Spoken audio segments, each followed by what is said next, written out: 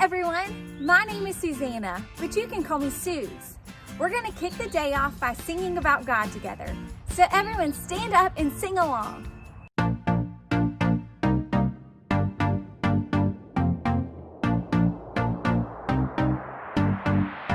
You know when I'm lonely, you know when I'm sad, I know.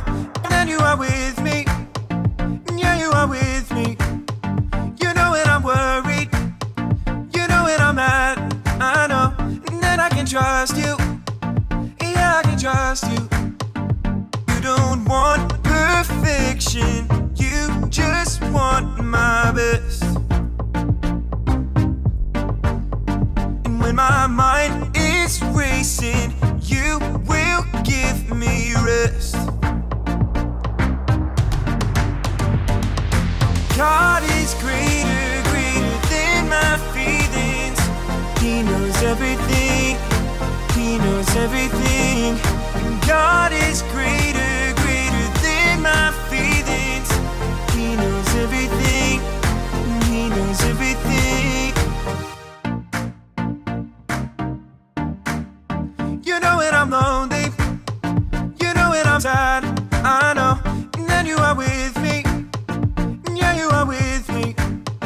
You know when I'm worried, you know when I'm mad, I know. And then I can trust you, yeah, I can trust you.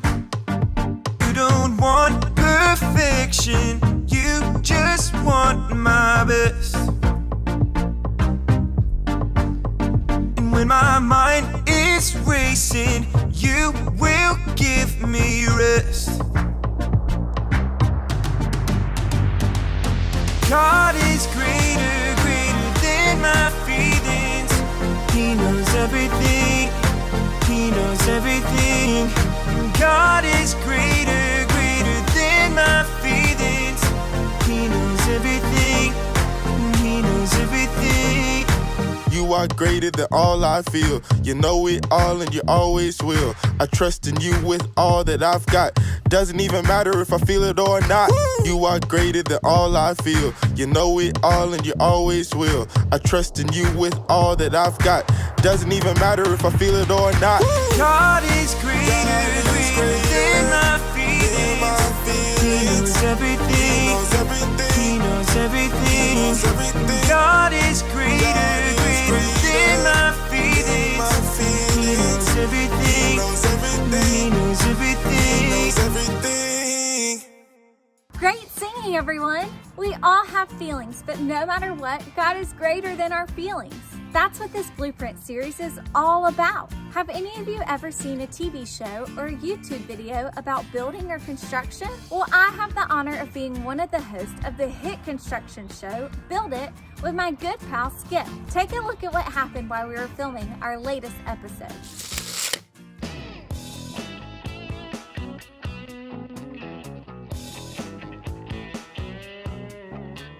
Suzanna, are you ready to get started on today's project? No time, Skip. You're gonna have to fly solo on this one. I have to get these blueprints to the contractor working on the Joneses' house. Wait, no, Suze, don't leave me.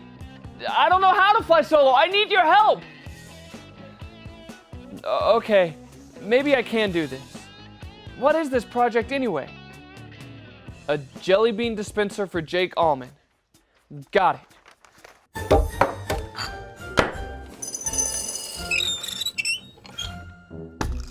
Well, that came together in no time. Now, what to do? What to do? What to do?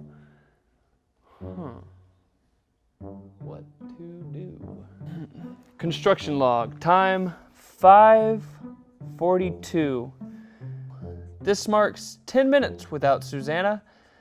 I've managed to complete the project all alone. What's next? Only time will tell.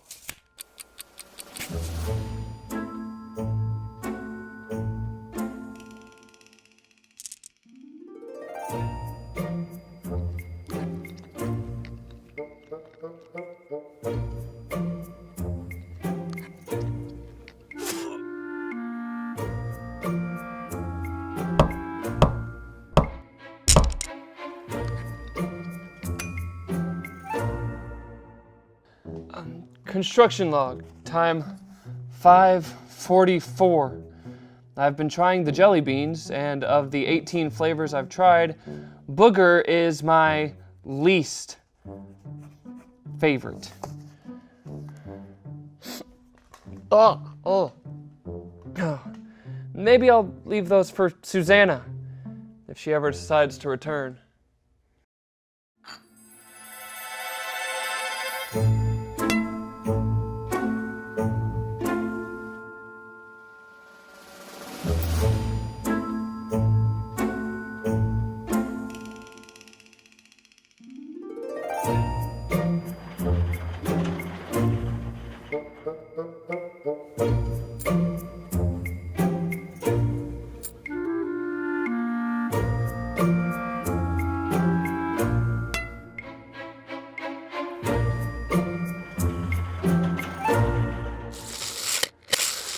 Construction log, time 5:49. Suzanna has been gone for a total of 17 minutes. I can feel the loneliness starting to grip at my sad little heart. This is worse than having to eat 1,000,000 booger-flavored jelly beans.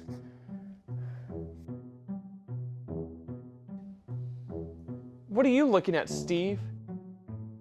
You think you have it all figured out because you have a little friend there?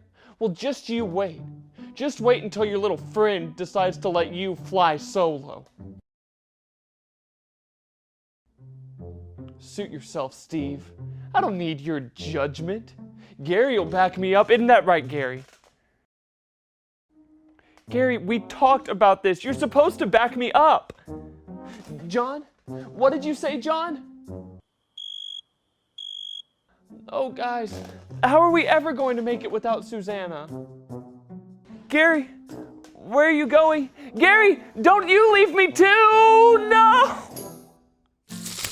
Oh man, those are some serious feelings we're dealing with here. I think there's something important we can all learn from that. Whenever we start to feel our emotions building up, we need to deal with how we are feeling. And here are 3 steps into doing just that. The first step is we need to stop and see how we are really feeling. This can be tough, but it's so important because if we're not careful, we can let our emotions get the best of us. If that happens, things can seem worse than they actually are, which can cause us to make decisions that we can't undo. So let's stop right now and talk about the emotions we just saw.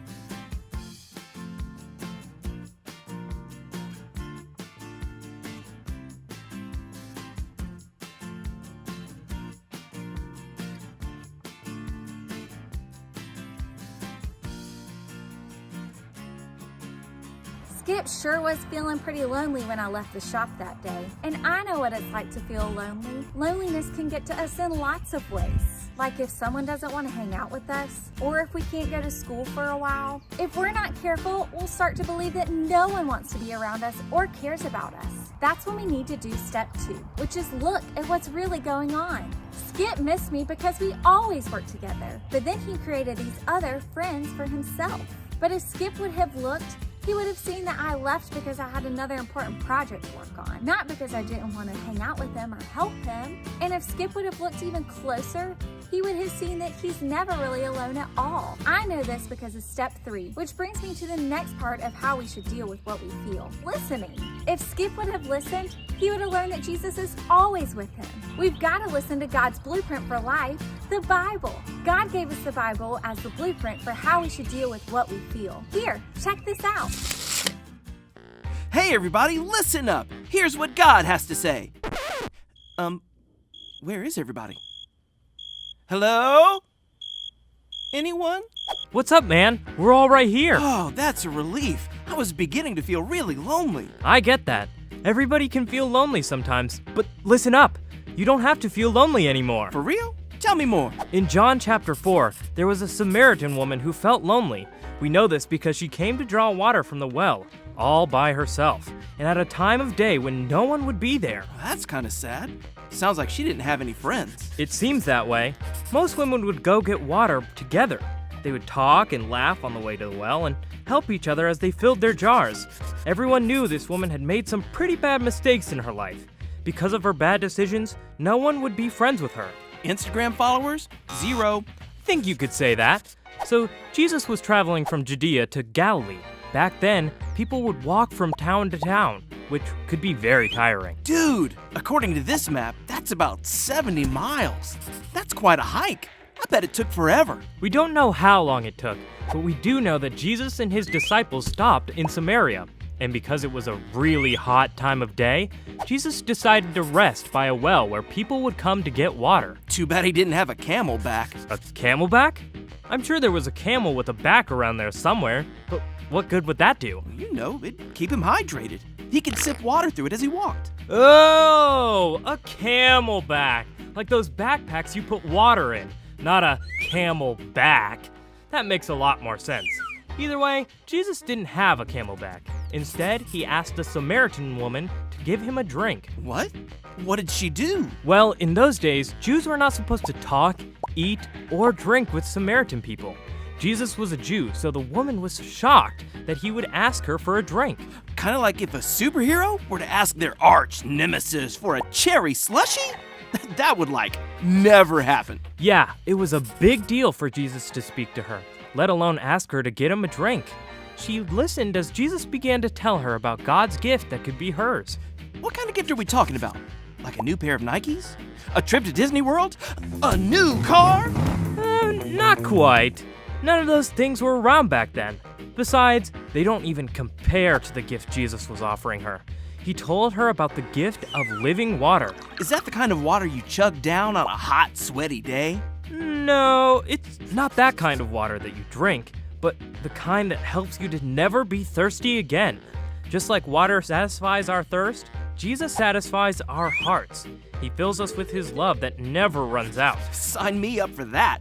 I bet the woman wanted this kind of water. She did. She had been living a lonely life, and she hadn't always made the right decisions. In fact, Jesus told her everything she had done. Oh, like when she spit her vegetables out in her napkin so her parents wouldn't know she didn't eat them?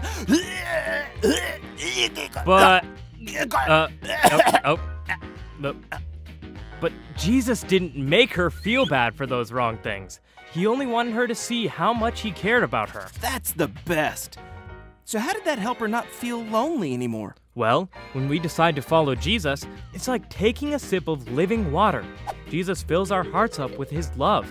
From then on, he is always with us, and there is never a reason to feel all alone. So, even when I'm by myself in my room, Jesus is with me? Yep. What about when I'm with a lot of people and I don't know who they are, and I still feel alone? Jesus is with me then, too? Even then, Jesus loves you, and he loves me. When I feel lonely, Jesus is with me.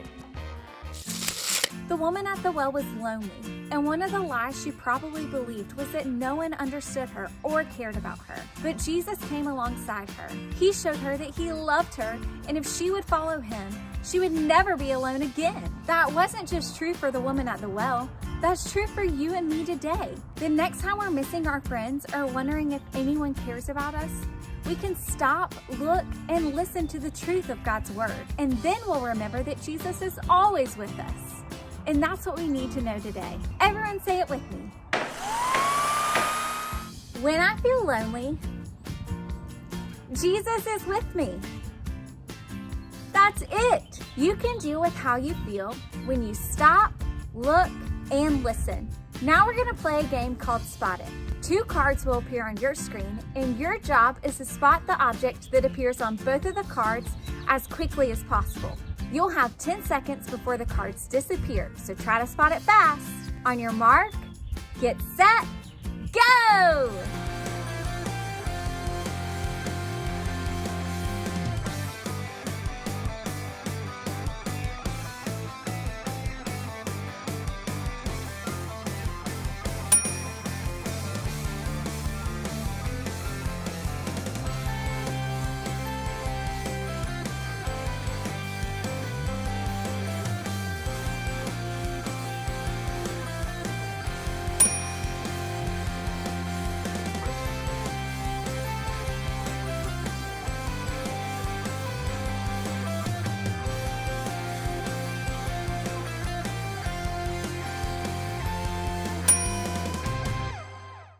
Great game, everyone! Now there's one more way that we can deal with our feelings, and that's to worship God by singing. So let's do it!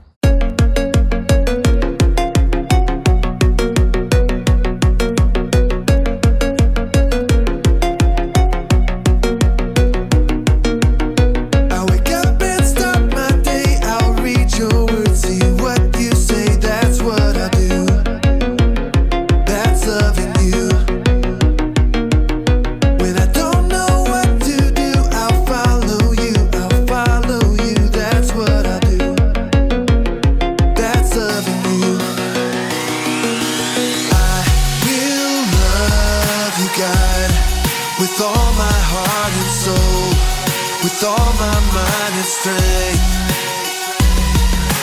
will you show me, God, to love like you love me, so all the world will see. When things don't go my way, I'll talk to you, hear what you say, that's what I do. That's loving you. Trust that you'll turn it around, that's what I do. That's loving you.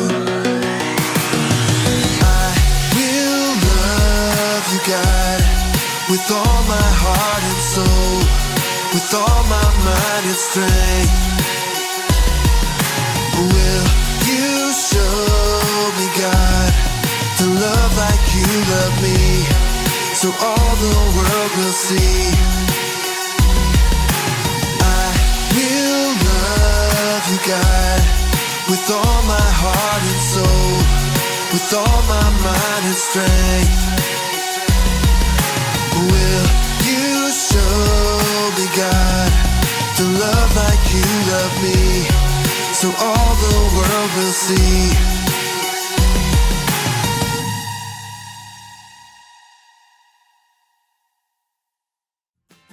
Thanks for hanging out this week. Remember that God gave you all of your feelings, and He's always here to help you deal with them. Next up are some questions to help your family talk about what you learned today and pray together. Be sure to visit newspring.cc/KidSpring at home for more resources on today's topics, and we'll see you guys next week.